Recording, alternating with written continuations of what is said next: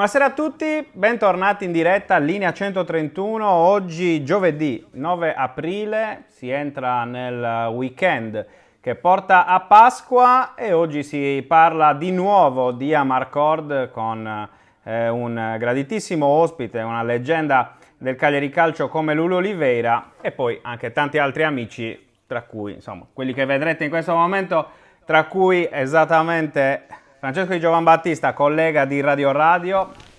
Buonasera Francesco. Buonasera ragazzi, un grande E saluto come a tutta la dicevamo Sardegna. prima, Lulu Oliveira. Ciao Lulu. Sì, buonasera a tutti. Ciao Finalmente Lulu. ci siamo. Ciao, Insieme a buonasera, Francesco grazie. e a Lulu anche i nostri Matteo Porcu, Roberto Pinna e Andrea Ferrari per andare un po' a ripercorrere quella che è stata la carriera di Luis Oliveira con la maglia del Cagliari, uno degli attaccanti più forti probabilmente che abbiano vestito la maglia rosso-blu.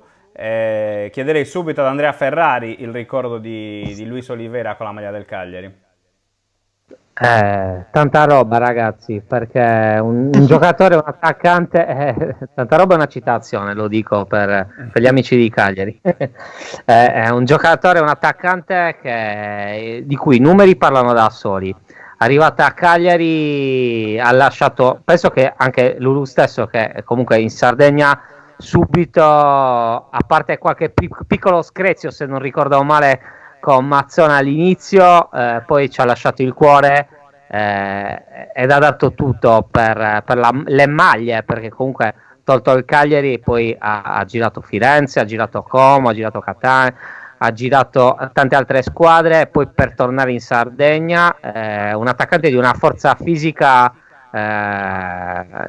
mostruosa, posso dire, per i tempi, perché comunque aveva questa velocità, amava entrare negli spazi, oltre alla tecnica brasiliana che lo aiutava moltissimo, un grandissimo attaccante. Lulu, ti riconosci in queste parole? Ma assolutamente, penso che ha detto tutte le cose giuste. Io quando sono arrivato a Catania in realtà non sapevo nemmeno dove era Cagliari, scusa. Non sono arrivato a Cagliari, non sapevo dove era Cagliari. Per dire che quando sono arrivato ho visto una città, per me un paradiso, no? Che assomigliava tantissimo a mio Maragnao, con le spiagge belle. E questo mi ha dato ancora più forza, no? Perché quando uno arriva un attaccante di un campionato straniero come quello che ho giocato nel Belgio, e arrivando al campionato più difficile del mondo, la gente aspettava qualcosa molto di più da me. È vero che ho avuto all'inizio un piccolo problema anche con la lingua, anche con il mister Massone, che non piaceva il mio look un po', come diceva lui, era un look un po' così, perché usava quel periodo l'orecchina, aveva i capelli lunghi, aveva le maglie, le camicie un po' diverse di quelle che quasi tutti gli italiani usavano, no? E usava quasi sempre le magliettine con i fiori, con le righettine, e questo dal mio punto di vista la dava un po' di fastidio, no? Ma la cosa importante è che io mi ho messo dentro la mia testa che la cosa più importante è farsi vedere, soprattutto negli allenamenti, dopo nelle partite, quando c'è l'occasione di entrare o di iniziare la partita. Ecco, prima di dare la parola al nostro Roberto Pinna, chiedo anche a Francesco Di Giovanbattista che ricordo ha dell'Oliveira calciatore, visto che insomma è davvero un giocatore con un curriculum di un certo livello. Beh, importantissimo, anche perché se voi ci pensate, quando lui arriva a Cagliari, no, io poi non so se Lulu conferma, ricordo che Mazzone definì proprio questo look suo un po' particolare, quasi da circo, no? Poi però lui il circo l'ha faticato, ha fatto vedere non so se 40 o quasi 50 gol con la maglia del Cagliari. Una cosa che volevo chiedergli è: ma quella Coppa UEFA, no, Lulu, che avete disputato col Cagliari, qual è il rimpianto più grande di quelle ultime partite che avete giocato in quella Coppa UEFA, che è stata la prima, ma che ha portato poi a avere un esploit pazzesco? Diciamo che la sconfitta a Milano, soprattutto quella, perché diciamo che la partita di andata abbiamo fatto una prestazione veramente bellissima, perché anche i due ragazzi che sono entrati nel secondo tempo come Pancor e Crinite ha dato un grandissimo contributo con i gol dei 2-2 e i gol del 3-2 che Sant'Elia in quel momento è esploso, no? Che nessuno pensava che in pochi minuti Cagliari poteva realizzare i 2 gol e superare l'Inter, che in quel periodo in campionato andava malissimo. Diciamo che la partita di ritorno siamo stati subito, diciamo, sfortunato con un rigore, un cross che Marcus San ha toccato la palla con le mani, allora rigore, dopo lì Cagliari non c'era più, anche se abbiamo fatto piccole cose, ma non era lo stesso Cagliari che tutti i sadi hanno visto in quella partita di andata. E quello è un grande dispiacere per tutti quanti, perché io sono sicuro, se diciamo che il sorteggio era diverso, che prendevamo una squadra, non l'Inter in quel momento, che potevamo giocare la finale con l'Inter, dal mio punto di vista le cose cambiavano. È quello.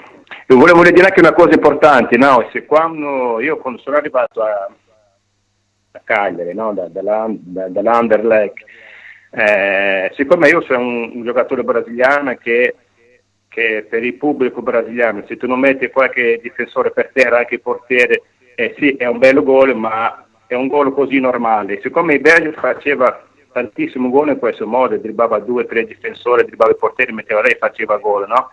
Quando ho cominciato a fare la stessa cosa nell'allenamento, qualche partita amichevole o anche in Coppa Italia, un giorno mi ha detto Gianfranco Marchese, mi ha detto: Lulu, guarda che qua le cose sono totalmente diverse, perché qua tu supera un uomo, dopo l'auto ti rinvia, no?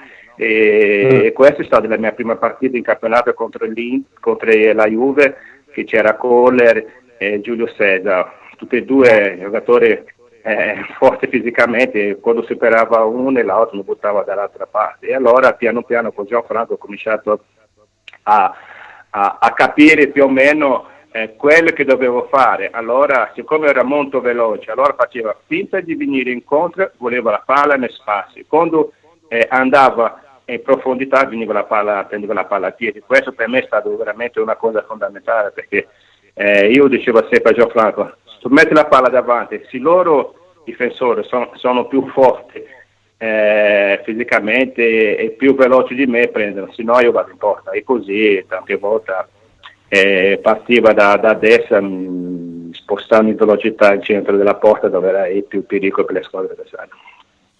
Ecco, ovviamente Gianfranco, di cui parla Lulu, è Matteoli, insomma, grande numero 10 di quel Cagliari. Assolutamente, sì. Roberto. Sì, no, intanto saluto Lulu, mi fa molto piacere sentirlo. Buona serata a Lulu. In molte interviste tu parli del tuo passaggio, no? Dal Brasile, quanto è stato difficile, non solo per il passaggio in Belgio, ma anche perché l'hai fatto per aiutare la tua famiglia. Ecco, hai un ricordo particolare della Ayrton, perché poi in Brasile, come dici tu, tutti ti chiamano Ayrton, di Ayrton che giocava a pallone lì in Brasile, un ricordo che hai tenuto stretto. Ma assolutamente, questo è il mio nome, perché mi chiama Ayrton Luis Oliveira Barroso, e il brasiliano Ayrton è rimasto sempre, no? Diciamo che quella Ayrton che ha cominciato a giocare a pallone da piccolo per la strada, è cambiato perché quando sono arrivato in Belgio, siccome il mio nome era troppo lungo per chiamare Ayrton o chiamare Oliveira, mi chiamava Olivera, per dire Olivera Barroso, ma mai nominato perché era più difficile per loro. E siccome in quel periodo c'era un profumo Lulu c'est moi, no? E allora da Luisi mi hanno nominato Lulu, e da lì ho cominciato a portare questo nome, e qualche volta i giornalisti mi chiamavano Olivera. Ecco, ma un ricordo lì da bambino quando giocavi in Brasile che tieni ancora stretto? Ma magari... io mi ricordo che è l'unica cosa che ho comprato ai miei genitori quando giocavo lì in Brasile è stato un frigorifero, per dire, no? Una cosa normale, normalissima. Ecco, tu, tra l'altro adesso ti faccio una domanda perché abbiamo parlato un po' di Belgio, Alessandro Frongia ci chiede, ma quando stavi in nazionale come comunicavi con i compagni? Perché poi hai viaggiato tanto nella tua vita, sai il francese, sai sicuramente l'italiano, il brasiliano, con loro comunicavi sempre in francese o a volte... Assolutamente, perché avevamo, diciamo che in Belgio parlo in due lingue, no? Parlo il francese, parlo il fiammingo. Il fiammingo è un misto tra olandese e tedesco. E per me era molto difficile, perché io quando giocavo all'Anderlecht è il centro di Bruxelles, si parlavano il francese, poi il francese per me è stato più semplice, anche se l'allenatore parlava le due lingue, era più semplice a comunicare con tutti, capito? Ecco, poi rimanendo un attimo prima poi parleremo sicuramente di Cagliari, però rimanendo un attimo sul tuo arrivo in Europa, quindi in Belgio, ricordo che tu hai parlato della prima volta che hai visto la neve a Parigi, però c'è una cosa che dei giocatori brasiliani a me incuriosisce sempre, perché quando arrivate in Europa molti di voi sanno che magari stanno lasciando anche una forte povertà e possono aiutare i genitori, però molti fanno proprio fatica ad avere questo stacco con il Brasile. Tu che pensieri avevi in quell'arrivo in Europa? Ma diciamo che la cosa più importante è che mi sono portato con me sempre, ringrazio sempre a Dio perché è stato, diciamo, una persona che mi ha aiutato tantissimo, no? Perché se io devo raccontare tutte le mie storie da dove ho cominciato, che la fortuna che ho avuto, che questo attaccante si è fatto male in quella partita, ha fatto 2 gol, il procuratore ha cambiato, non ha voluto più l'attaccante, mi ha portato me per dire che è stato già un cambiamento molto importante. Dire. E una volta che sono arrivato in Belgio, no? A Parigi, eravamo nel treno con il mio procuratore e vedevo la neve, no? Perché mi sapeva anche che da noi la neve non esiste, no? Io chiedevo cosa è il zucchero, no? Così, perché un ignorante non sapeva che cos'era, ma dice no, questa è la neve, questa è la neve, ok, ho capito. E la cosa più importante che stavo dicendo prima è che dentro di me, dentro il mio cervello, la cosa più importante era lavorare per aiutare la me.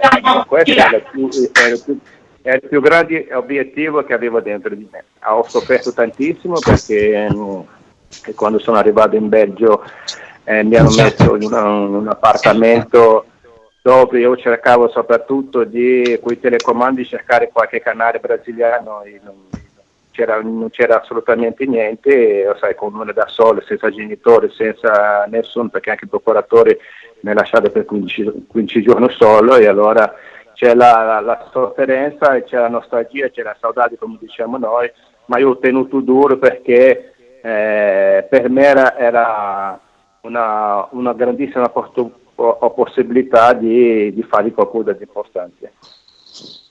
Ecco, per tornare un po' sul Olivera di Cagliari, la tocco piano, tra qualche giorno ci sarà i 50 anni dello scudetto, domenica, tu hai mai conosciuto Riva? Assolutamente sì, assolutamente sì. Che non so se ci vuoi descrivere un aneddoto magari con lui. Ma assolutamente no. Chi conosce la bandiera di Cagliari, no? Io l'ho visto, in quel periodo c'era una partita, le vecchie glorie di Cagliari, e siccome lui non poteva venire perché aveva qualche problema, no? Era insieme a Coparone che mi ha detto questo è il nostro grande Giriva, l'ho salutato con grande affetto perché è una bandiera come lui non si può mai scordare, no? Soprattutto quello che ha fatto per l'Italia, quello che ha fatto per la Sardegna è una cosa veramente indimenticabile. Sì, allora, prima di ricoinvolgere Francesco di Giovan Battista, Lulu, ti chiedo io invece se hai qualche rimpianto per quanto riguarda la nazionale e nello specifico colgo la domanda di Alessandro che ci dice come mai nonostante la grande Coppa UEFA non sei andato al mondiale di USA 94? Allora, io per la prima volta nella mia vita ho fatto, diciamo, una cosa non bella, no? In senso che io quando sono andato in Belgio, no? A parlare con quel periodo allenatore della Van Lims, allenatore della nazionale, io ho chiesto qualcosa che nessun giocatore ha mai chiesto un allenatore, no? Siccome ho fatto benissimo quel Cagliari, no? Allora ho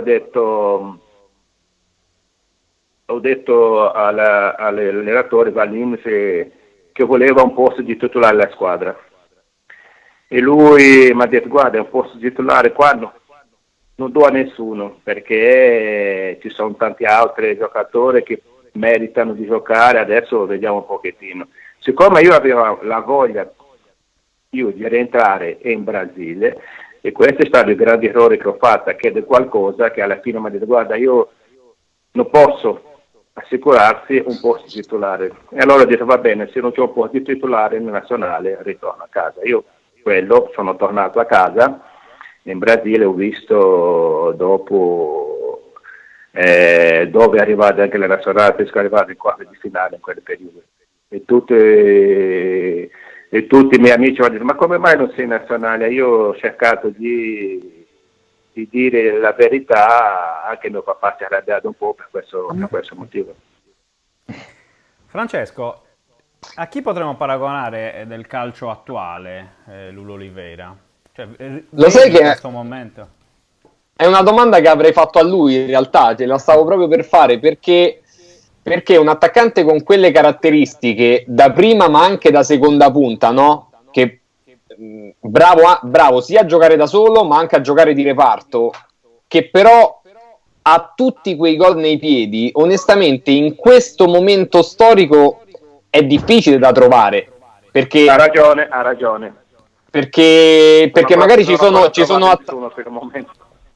attaccanti, no, Lulù, diversi. Io penso per esempio a Lautaro Martinez, no, che però ha una fisicità diversa, ha forse una potenza diversa dalla tua, e ha comunque i gol nei piedi e sa giocare da prima punta, ma anche a supporto di una punta un po' più giocatore che fisica ha come una Lukaku. tecnica da vendere, c'è, grande giocatore.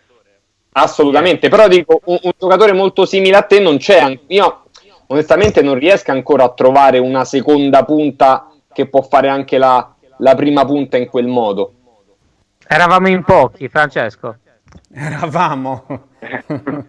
Lo so, vabbè, dobbiamo scavare nelle altre categorie. So. Qualche volta mi chiamano anche i giornalisti da Firenze per parlare di Chiesa, che qualche volta loro mi vedono anche su quelle che fa la Chiesa, la velocità, i dribbli, ti importa quella cosa, ma non è la stessa cosa. Lulù, senti, il partner d'attacco più forte con cui hai giocato, secondo te chi è? E perché proprio Batistuta? Di due giocatori. Io parlo sempre di due giocatori. No? Io ho avuto dell'Ivardese un partner veramente importante, che abbiamo fatto vedere le cose veramente meravigliose a Cagliari. No? Ha avuto anche Batti, giocatore veramente dal mio punto di vista un po' superiore a Dell'Ivardese, e questo per quello che io dico metto sempre Batti davanti, perché è un giocatore veramente straordinario. Ma voi eravate anche molto amici, vero? Sì, anche se non toglio niente a nostro Julio Dell'Ivardese, che è stato veramente un grandissimo campione, un partner veramente importante per me. Ecco Lulù, volevo chiederti anche della tua seconda esperienza a Cagliari, ovvero il 99-2000, la retrocessione. se non sbaglio. Sì. L'anno della retrocessione, esatto. Cosa non funzionò in quel Cagliari, secondo te? Allora, i secondi sbagli, ma del Cagliari io parlo per me, perché io sono nel periodo che io ero a Firenze, no? Sì. C'era Trapattoni come allenatore. Siccome avevamo troppo attaccanti in quel periodo, avevamo Batti, io, Rui Costa, Juan Mali, Robiati, Morfeo, E alla fine un giorno mi chiama Trapattoni dicendo: guarda Lulù, ho trovato un posto ideale per te. Perché le prime 2 partite di campionato il Edimburgo era squalificato, ho giocato davanti al Bate e ho fatto 2 gol le prime partite, no? E dopo lui mi ha detto: guarda, ho trovato un posto ideale per te, no? Io ho chiesto: ma dove gioco? Davanti? Perché posso giocare davanti? Prima punta, seconda punta, esterno di sinistro, alto, esterno di sinistro, basso, anche a centrocampo posso anche giocare, non è un problema. Ma io no, fa giocare un po' più indietro, perché in quel periodo si è fatto male il terzino sinistro Irish, che era il terzino sinistro tedesco che aveva portato lui della Borussia Dortmund, e allora ha fatto allora in quel periodo ha messo Torricera alla sinistra e mi ha messo lì a destra. Va bene, io ho giocato tutti i campionati su quella fascia, prima di tu quella fascia può fare tranquillamente senza nessun problema. Vabbè, e l'anno dopo io prima che cominciasse la preparazione lui mi ha chiamato e abbiamo fatto un piccolo, diciamo, una discussione, no? Perché ho detto: mister, guarda, se lei pretende che io devo giocare in quella posizione là, è meglio no, cercare un altro difensore per giocare, perché io sono un attaccante. E mi ha detto: ma non ti preoccupare, vedrai che prima o poi troveremo spazio per te. E va bene, io ho visto che lui ha cercato sempre di mi mettere da parte, e allora nelle preparazioni che sono fondamentale per un giocatore, no? Io mi sono lasciato andare un pochettino perché sapevo già che non avevo più spazio con la Fiorentina, e qualche volta mi allenavo bene, qualche volta mi allenavo male. Io che quando sono arrivato a Cagliari mi mancava la preparazione iniziale, perché io mi sono lasciato andare a non pensare di essere un professionista, ma io ho pensato a fare delle testa mia. E quando sono arrivato a Cagliari ho avuto grandi difficoltà di iniziare le preparazioni, e anche in quel periodo diciamo che la squadra non è che andava molto bene, no?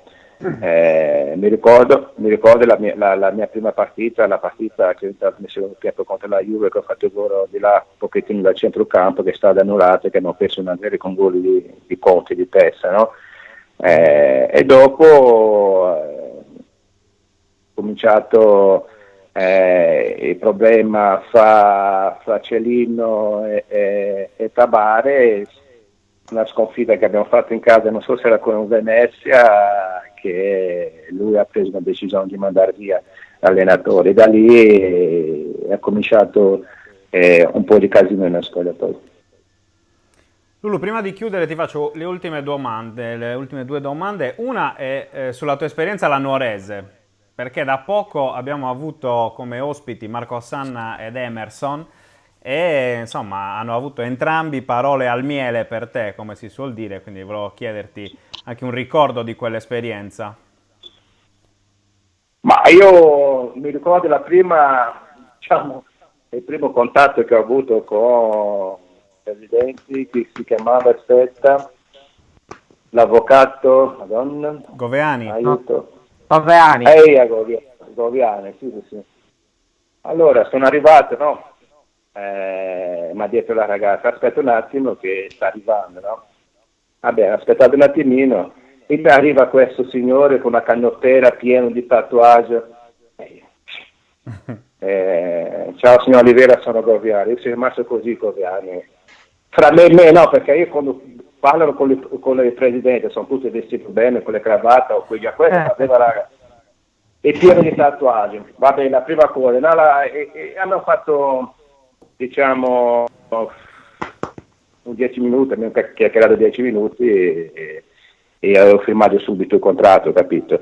Diciamo che io da tutte le parti dove sono andato ho sempre cercato di fare sempre il meglio di me stesso, perché non è che io sono, perché il nome può contare tanto, no? Perché arriva Olivera, dice: ma ormai quello ormai è già dato, non c'è più niente da dare, no? Ormai ha preso qualcuno che non servirà a niente, no? Io dentro il mio ho sempre cercato di fare sempre, dare il massimo, perché la cosa importante è quello. Io alla Nuorese abbiamo fatto delle cose veramente straordinarie insieme a Gianluca Festa, a Marco Sanna, a Emerson, che c'era ancora dei cali, c'era Medda, di tanti altri, no, perché eravamo già una squadra, un gruppo solido che quell'anno in C2 abbiamo per un pelo non abbiamo raggiunto l'obiettivo di andare a C1 perché abbiamo perso la partita in casa, abbiamo fatto sembra 1-1, in fuori casa abbiamo perso 2-0. Sì. Diciamo che ho avuto un rapporto molto, molto bello anche con la tifoseria, senza dimenticare. Io ho cercato sempre di fare il massimo, soprattutto quei gol che è la cosa fondamentale per un attaccante. Roberto? Ecco, io volevo fare un giochino che stiamo facendo da qualche giorno, visto che c'è nato di Trapattoni, volevo appunto dirti alcuni nomi, perché tu hai avuto diversi allenatori importanti, sia nell'esperienza a Cagliari che in generale in Italia, e magari li descrivi brevemente con 1 o 2 parole veramente di quello che hanno contato per te, e poi visto il grande giro nel mondo che hai fatto, ti chiedo anche proprio un piccolo aggettivo sulle varie nazioni. Inizierei con Trapattoni, visto che hai già citato. Che persona è stata per te? Ma all'inizio a Cagliari è stata una persona veramente importante, perché diciamo che quando lui è arrivato a Cagliari la prima cosa che ha detto a noi è che abbiamo possibilità di trovare un posto in un Coppa UEFA, no? Siccome la prima donna a Cagliari non c'era nessuno, allora era più semplice lavorare. Per me è stato un allenatore a Cagliari molto, molto, molto in gamba. Ecco, Ranieri? Ha un rapporto bellissimo. La cosa che dava fastidio con Ranieri è che il sabato quando davamo il ritiro lui faceva vedere 90 minuti della partita delle squadre avversarie che dovevamo già giocare, sapevamo già i risultati, quello dava un po' fastidio a tutti quanti, qualche volta 90 minuti a guardare la partita e qualcuno si addormentava. Ma è vero che Pepe Herrera ogni tanto lo prendeva in giro e faceva gli olè mentre lui guardava i video, è vero? Non lo so. Non lo so. No, invece, visto che parliamo di uruguagi, Tabarez? Grandioso, un maestro veramente in tutti i sensi. Fantastico. Abbiamo parlato di Pepe Herrera, io ho fatto una chiacchierata con lui da poco e mi ha dato un ricordo molto bello di Giorgi e quindi lo chiedo anche a te. Assolutamente, guarda, Giorgi mi ricordo la prima volta che è venuto al campo a portare anche la signora e poi il cagnolino. E ho detto, ma come fa un allenatore che porta la moglie e il cagnolino al campo? Era la sua abitudine. E il primo scaldamento tu dovevi portare un compagno nelle spalle a fare un giro di campo.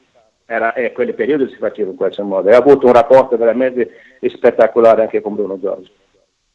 Ecco, invece se ti dico Italia, qual è il primo pensiero? Non dirmi Sardegna perché quella poi te la dico a parte. Italia, assolutamente la Sardegna, perché? No,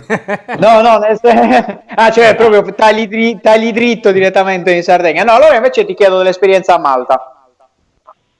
Ma un'esperienza importante perché con Riccardo, che era il mio ex diciamo presidente quando io giocavo a Catania, diciamo che la squadra abbiamo fatto noi è stato più semplice per me perché io ho cercato di prendere i giocatori che mi serviva e allora alla fine abbiamo fatto bene, per 2 punti non siamo riusciti ad andare in Europa League. Ma Lulu, tu hai giocato anche con Allegri, no? A Cagliari, ma assolutamente qualche unga, sì. Di solito, spesso e volentieri, quando arrivano dei grandi allenatori, si vedeva già, tranne alcune eccezioni, si vedeva già, no, dagli allenamenti che volevano imparare a fare gli allenatori. Ti aspettavi tu, avendolo visto giocare? Assolutamente, no. Mai pensavo che Acciuga poteva diventare quello che è diventato, mai, assolutamente. Ma comunque abbiamo già chiesto a diverse persone che hanno giocato con voi di Allegri e tutti ce lo descrivono veramente come un pazzo scatenato. Tu che ricordo hai dell'Allegri in spogliatoio, Lulu? Ma per me era uno tranquillissimo, a parte quello che è successo in matrimonio, che una settimana prima non si è sposato più. leggero. Si è Così. sposato con le scarpe da tennis, come si dice. No, però a parte questo, Lulu, ti volevo chiudere, appunto, tu l'hai già citata, la Sardegna, perché ho letto anche un po' di vena polemica da poco in una tua intervista a Radio Marte, e qui dici che comunque i sardi ti hanno sempre apprezzato. Io ho sempre detto che il primo amore non si scorda mai, vuol dire che il primo amore per me, quando sono arrivati qua, era Sardegna e Cagliari e questo. Ci sono altri, come stato bene a Firenze, stato bene a Catania, stato bene a Como, ma il primo amore era Sardegna, quello non si può dire niente. Ecco, invece no, ci chiede Matteo Porcu un parere, diciamo, su tuo figlio che ha fatto il difensore lì proprio a Muravera. Ma diciamo che posso dire che mio figlio ha perso il treno, no? Anche o per colpa sua o per colpa di certe persone che erano in quel periodo lì a Cagliari, perché io tante volte andavo a vedere allenamento e vedevo qualcosa che non andava assolutamente bene. Nel senso che io, 2, 3, 4 ragazzi sono, diciamo, in ritardo. Tu come allenatore cerca di lavorare un po' di più con quello, no? Certo. E questo dal mio punto di vista è mancato nel periodo dove c'era mio figlio. E soprattutto la cosa importante è quando c'è un nome importante come il mio, la gente pensano che il figlio deve essere uguale ai padri, ma certo. non è assolutamente così, ragazzi. E diciamo che adesso mio figlio sta facendo molto bene con il Muravera e spero che lui possa cambiare un po', perché c'è tanto da lavorare. Io spero che lui cominci a capire adesso che il calcio è importante. Se tu hai voglia non di giocare in Serie A o in Serie B, uno dove vuoi giocare, l'importante è che tu metti tutto quello che tu hai dentro di te. Non aspettare perché tuo papà si chiama questo, che tu poi hai la possibilità di andare da una parte e dall'altra. A me questa cosa non piace. Giochi perché sei bravo, io non ti aiuterò mai a cercare di mettersi la mano, i piedi per far giocare per forza perché si chiama Olivera, assolutamente no. Bravo. Francesco? Bravo, Sì, sono grazie. d'accordo. Ciao Lulu. Di niente, Grazie veramente a voi. per essere alla prossima facciamo prossima in così, video. Prossima in video, Lulu. Assolutamente. Va bene. Grazie davvero a Lulu Oliveira Grazie a voi, per grazie. essere intervenuto con noi. Niente, invece torniamo un po' all'attualità, perché chiaramente in questi giorni si sta decidendo un po' quello che può essere il futuro della Serie A, o meglio di quello che resta della stagione della Serie A del calcio italiano, in un momento in cui altre leghe, basti pensare per esempio anche al basket di qualche giorno fa, ha deciso per la chiusura della stagione, invece il calcio continua a restare come dire, ancora nella speranza di poter riprendere. E quindi io chiedo a Francesco Di Giovanbattista, che dall'Osservatorio Romano di Radio Radio sicuramente ha anche una visione diversa rispetto a quella che abbiamo noi qui in Sardegna, un po' qual è l'aria che si respira, chiamiamo così, in continente. L'aria che si respira è l'aria del tentativo forzato e secondo me pure un po' forzoso di continuare questo campionato, perché gli interessi che ci sono in ballo, ragazzi, sono interessi troppo elevati a livello economico. Quindi, dato che ci sono delle società molto importanti che hanno dei bilanci, io parlo proprio meramente a livello economico, che hanno dei bilanci messi così male, non possono permettersi di perdere il treno dei diritti televisivi, degli sponsor, già perdendo i biglietti, quindi tutta la parte legata al botteghino, perché ci sono società, mi spiegava ieri, che già hanno anticipato, si sono fatti anticipare dalle banche i soldi dei diritti televisivi dei prossimi 2 anni, perché altrimenti non ce l'avrebbero fatta a pagare i stipendi. Quella del calcio italiano è una situazione molto complicata, perché vive troppo, secondo me sta vivendo ed è vissuto troppo al di sopra delle proprie possibilità. E allora o si fa tutti un passo indietro e quindi si cerca di fare un calcio un pochino più virtuoso, tipo quello dell'Atalanta, per intenderci, no? Che sfrutta il settore giovanile, che sfrutta gli scout per andare a cercare giocatori a basso costo e poi crearci sopra del business, oppure prima o poi qualcuno va a gambe all'aria. Quindi credo che la riapertura e la ripresa del campionato sia dovuta non solo al fatto che è sempre meglio finire una stagione, ma proprio a una contingenza economica, perché se non si finisce, finiscono alcune società.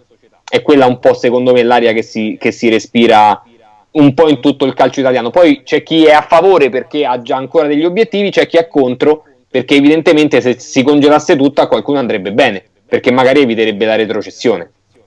Ecco, visto che hai affrontato l'argomento, parliamo anche un po', visto che tu comunque segui anche la Lazio in generale, un po' di Lotito, che forse tra i vari presidenti è uno di quelli che spinge di più per diciamo, la ripresa in generale, non solo perché, sicuramente anche perché la Lazio è in lotta per qualcosa di importante. Beh, sicuramente Lotito è quello che ha più interesse in questo momento, poi Lotito dobbiamo ricordare sempre che in questo momento è secondo in classifica, no? Per cui vuole continuare per cercare di vincere, ma non è detto che poi andrà a vincere lo scudetto. Tant'è vero che lui però, volendo tenere tutti sulla corda, è uno di quelli che ha bloccato il taglio degli stipendi, proprio perché crede fermamente di poter riuscire a vincere. Lotito è un uomo che calcola molto, è un uomo che magari è molto istrionico, lo si può prendere un po' in giro per il modo di parlare, ma è tutto fuorché uno scemo. È un uomo che ha portato la Lazio a spalmare, unico caso in Italia, un debito importante e ne sta pagando ancora le rate.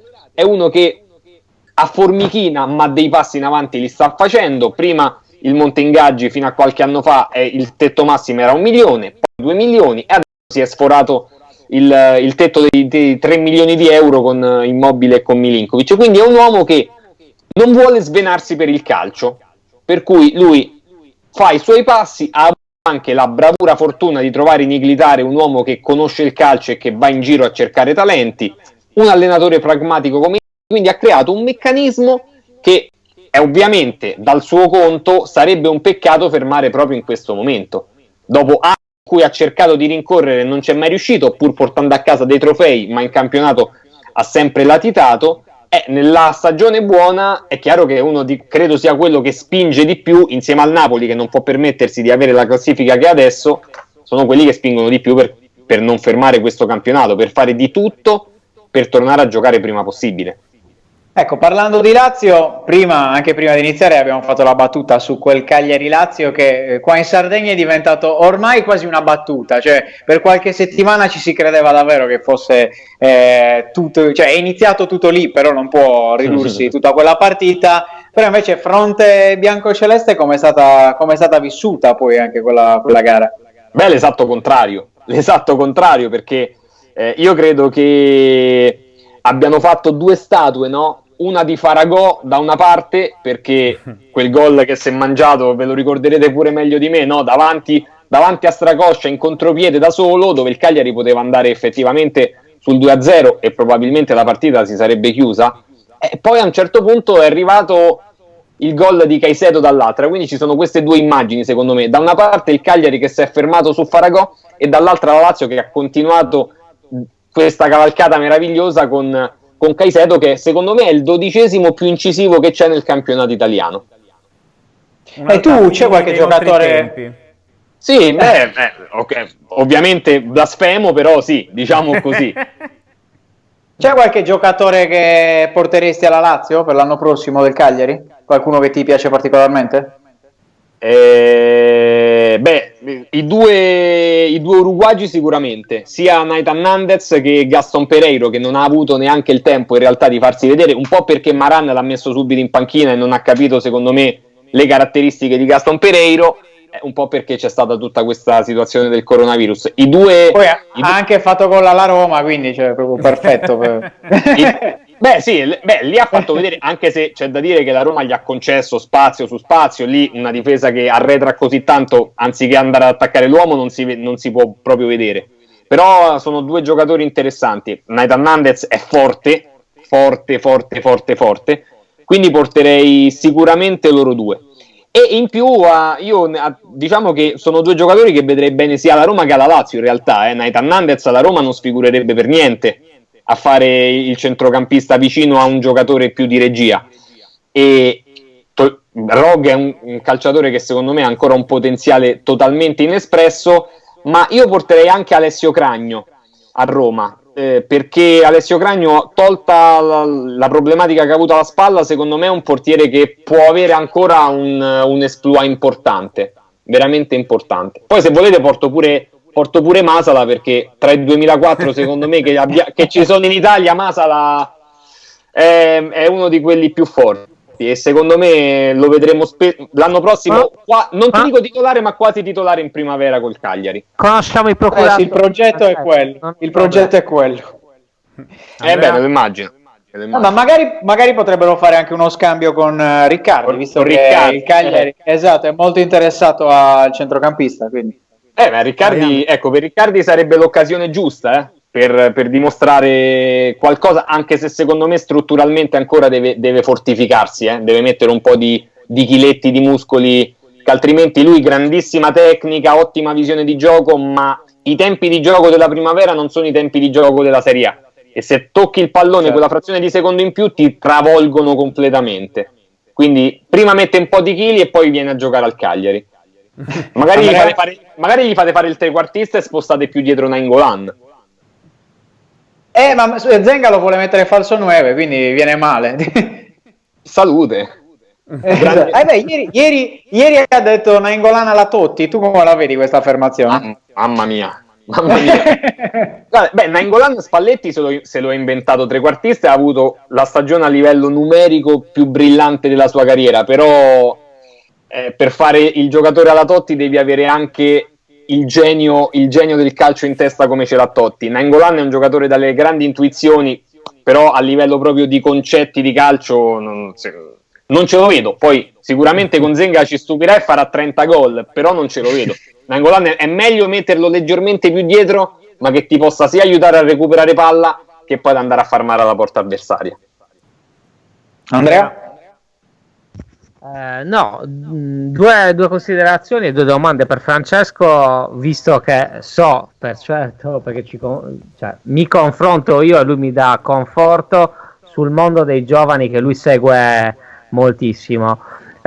Visto tutto quello che sta succedendo e visto quello che sarà, ossia una crisi anche nel mondo del calcio, tolta forse i campionati maggiori, ma dalla Serie B in giù sarà un dramma, tra virgolette, potrebbe essere una riscoperta di un mondo che a livello, per tanti motivi, procuratori e tante altre cose che sappiamo, del calcio italiano e dei ragazzi italiani.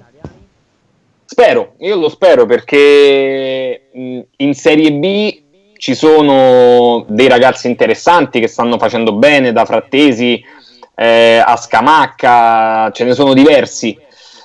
Penso anche a Carnesecchi dell'Atalanta, che sta facendo molto bene, però sai, è molto più semplice muovere soldi grazie a giocatori all'estero che in Italia, perché i giocatori all'estero vengono a costarti di meno quando si parla di giocatori ancora inespressi, quindi è molto più semplice per una società andare ad attingere al mercato estero piuttosto che a quello italiano. Ma poi soprattutto secondo me sul giocatore italiano non si ha non gli si dà molto credito, e invece devo dire che ecco, la speranza e l'auspicio, che è quello che diceva Andrea, è di trovare in un mercato molto più povero e fatto sostanzialmente di scambi, di trovare la possibilità di valorizzare un prodotto che secondo me è un prodotto di alto livello. Perché? Perché è un prodotto che si fa le ossa in una serie cadetta, ma soprattutto conosce già quelle che sono le caratteristiche principali della Serie A. Quindi non serve soltanto avere una grande tecnica, ma devi avere tutta una serie di doti anche a livello di abnegazione, che tanti giocatori anche di grandissimo talento dall'estero ci mettono un po' a recepire. Quindi magari io sarei veramente molto contento. Ecco, io ho fatto i nomi di Scamacca, Frattesi, Carnesecchi, sono tutti giocatori che probabilmente l'anno prossimo la Serie A la faranno e la devono fare. Spero anche in squadre, ecco, l'esempio è Castrovilli, no? Se non ci fosse stata una Fiorentina magari a corto di idee, poi è arrivato commisso, ma a corto di idee, a corto di possibilità economica, forse Castrovilli l'avremmo visto ancora in Serie B e sarebbe stato un peccato. È un passaggio che fanno in Spagna molto più che in tanti posti tipo in Premier che in Italia, perché in Spagna investono di più su certi giovani, ad esempio sui ragazzini esteri vanno a scovare certi talenti e li prendono da bambini fondamentalmente. Lo fanno dappertutto. Se pensi che secondo me il mercato più fiorente dei ragazzini under 16, under 15, under 14 è l'Inghilterra, perché trovi tantissimi. Se pensi a tutta la nidiata spagnola che quando Wenger era allenatore dell'Arsenal fu portata all'Arsenal da Fabregas in giù, poi c'è stato anche Bellerin, lui attingeva molto dal mercato spagnolo. Le squadre del Belgio fanno così in Africa, vanno a prendere dei ragazzi interessanti e li formano. L'Olanda la stessa cosa, anche se sono molto più nazionalisti, quindi cercano di prendere talenti olandesi. È un sistema che premia però a livello economico, e da noi ancora non l'hanno capito in molti. L'ha capito l'Atalanta, e se pensate che 14esimo monte ingaggi, quarta in classifica, allora o sbagliano tutte le altre o sono fenomeni all'Atalanta. E i quarti di Champions, bravo, cioè significa che tante volte dove non arrivano i soldi deve arrivare l'ingegno, e all'Atalanta ci arriva. Poco fa, Fra, hai parlato un po' di Cragno. Volevo chiederti un parere su Olsen, che è l'unico giocatore del Cagliari che è andato via. Sicuramente con questa situazione per la Roma sarà anche molto più complicato venderlo, perché rispetto a gennaio sicuramente si abbasserà la quotazione, poi molto probabilmente lui non giocherà quando il campionato ripartirà, quindi ti chiedo un po' quale potrebbe essere il suo futuro, che sicuramente non sarà in Sardegna. E sicuramente non sarà neanche a Roma, o meglio, la Roma cercherà di venderlo perché da secondo portiere ha un ingaggio molto alto. La Roma ha comunque Mirante, che è un portiere di esperienza, e io credo che la Roma punterà nel futuro molto su Fuzzato, quindi le strade di Olsen e della capitale saranno distantissime.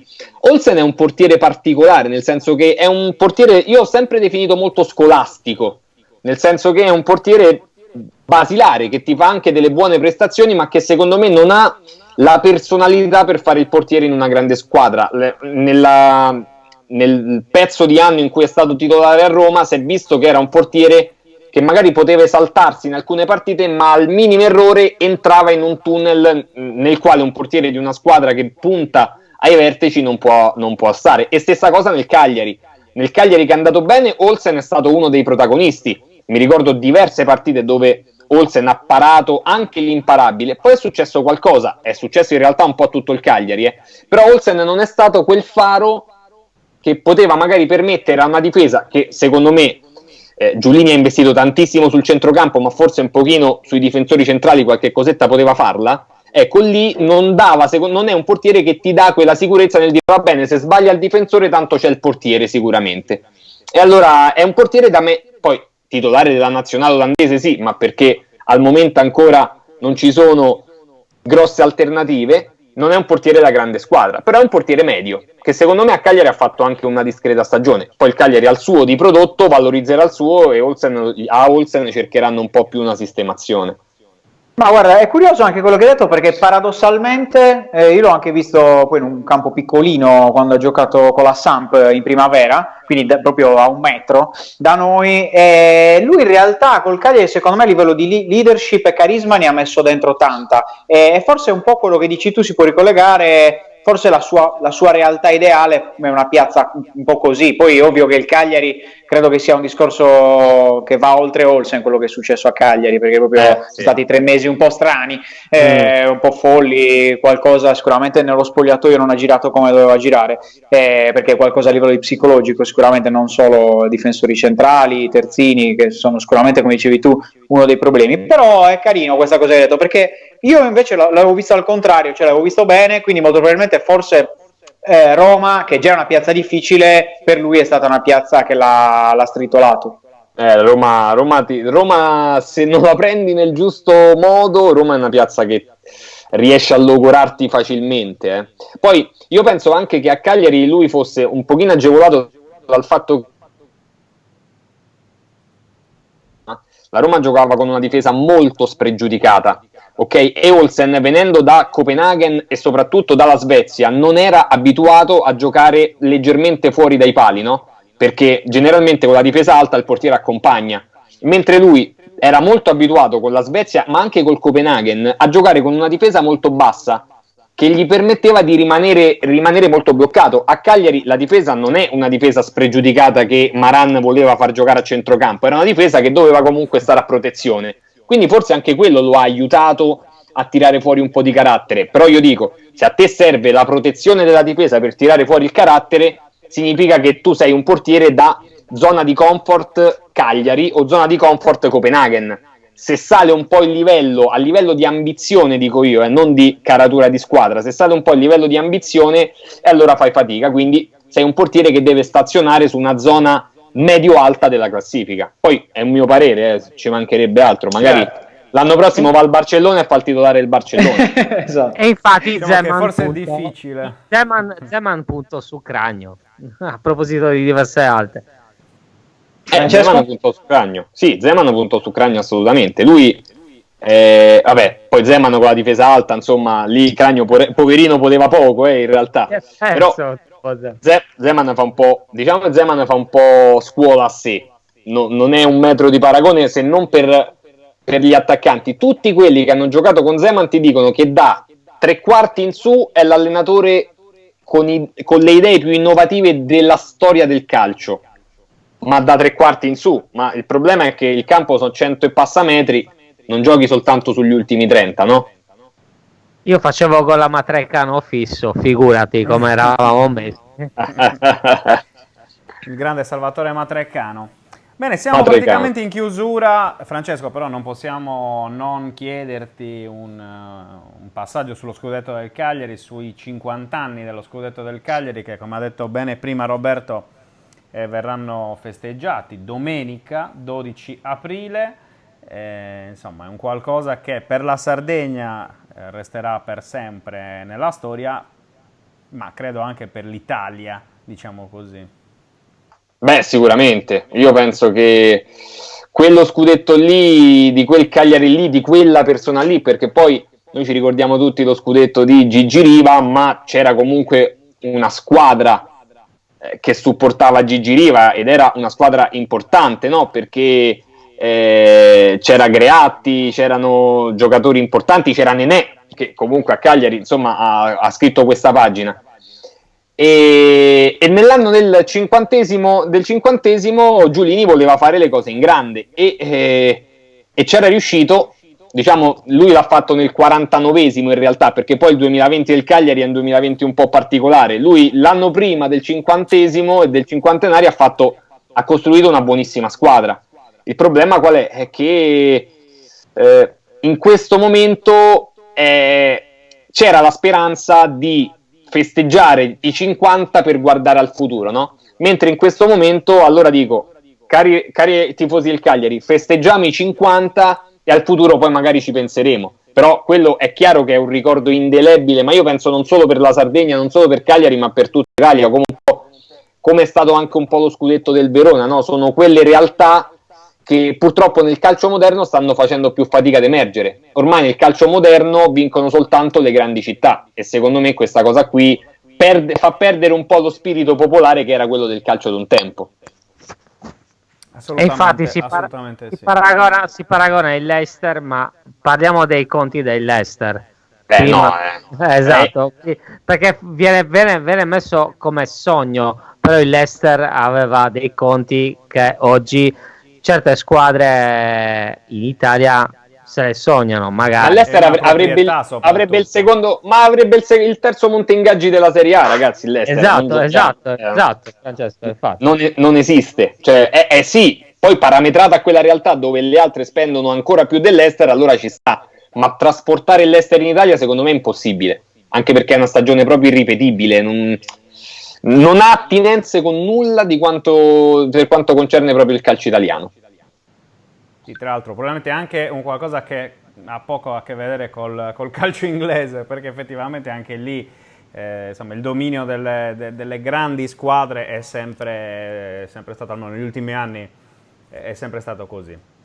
Va bene, siamo in chiusura. Grazie davvero anche a Francesco Di Giovan Battista, collega di Radio Radio, per essere stato con noi, aver chiacchierato un po' di passato insieme anche a Lulu Oliveira e poi soprattutto averci dato qualche spunto di riflessione da una prospettiva diversa rispetto a quella della Sardegna. Quindi davvero grazie Francesco. Grazie a voi, ciao ragazzi, buona serata. E alla prossima. Ciao. Grazie anche a Grazie. Roberto Pinna e Andrea Ferrari. Anche Matteo Porco, che nel frattempo è caduta la linea, però insomma c'era anche lui e ha contribuito come sempre in coordinamento. L'appuntamento è per domani, sempre alle 19, 131.com vi da Cidro Info con linea 131. Buona serata e a domani.